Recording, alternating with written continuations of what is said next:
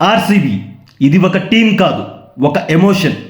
ఈ టీం గురించి చెప్పాలంటే అది చాలా పెద్ద కథ సామి అని అనకమానరు. ఒక్కసారి ఓడిపోతేనే తట్టుకోలేని ఈ జనరేషన్లో ఏకంగా 17 సంవత్సరాలుగా ఓడిపోతున్నా పోరాడుతూనే ఉంది ఆర్సీబీ టీం. ఒక్కసారి ఓడిపోతేనే రాత్రికి రాత్రే పార్టీ జెండాలు మారుస్తున్నారు నేటి రాజకీయ నాయకులు. కానీ 17 సంవత్సరాలుగా ఒక్క అభిమాని కూడా వేరే జెండా మోయలేదంటే చూడండి ఆ టీం అంటే ఆ ఫ్యాన్స్కి ఎంత పిచ్చో. ఆ పిచ్చి ఏ పాటిదంటే దాన్ని ఎక్స్ప్లెయిన్ చేయడం ఎవరి తరం కాదు. బహుశా లాయల్టీ అన్న పదానికి పర్ఫెక్ట్ ఎగ్జాంపుల్ ఆర్సీబీ అనే చూపించాలి మన ఫ్యూచర్ జనరేషన్స్కి.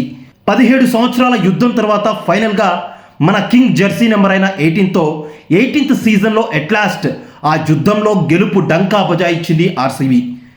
ఈ యుద్ధంలో ఎందరో వచ్చి వెళ్ళిపోయారు, కానీ 18 ఏళ్లుగా ఒంటరిగా ఒంటి చేత్తో యుద్ధం చేస్తూ వచ్చేది మాత్రం ఒక విరాట్ కోహ్లీ అండ్ అతని ట్రూ లాయల్ ఫ్యాన్స్ మాత్రమే.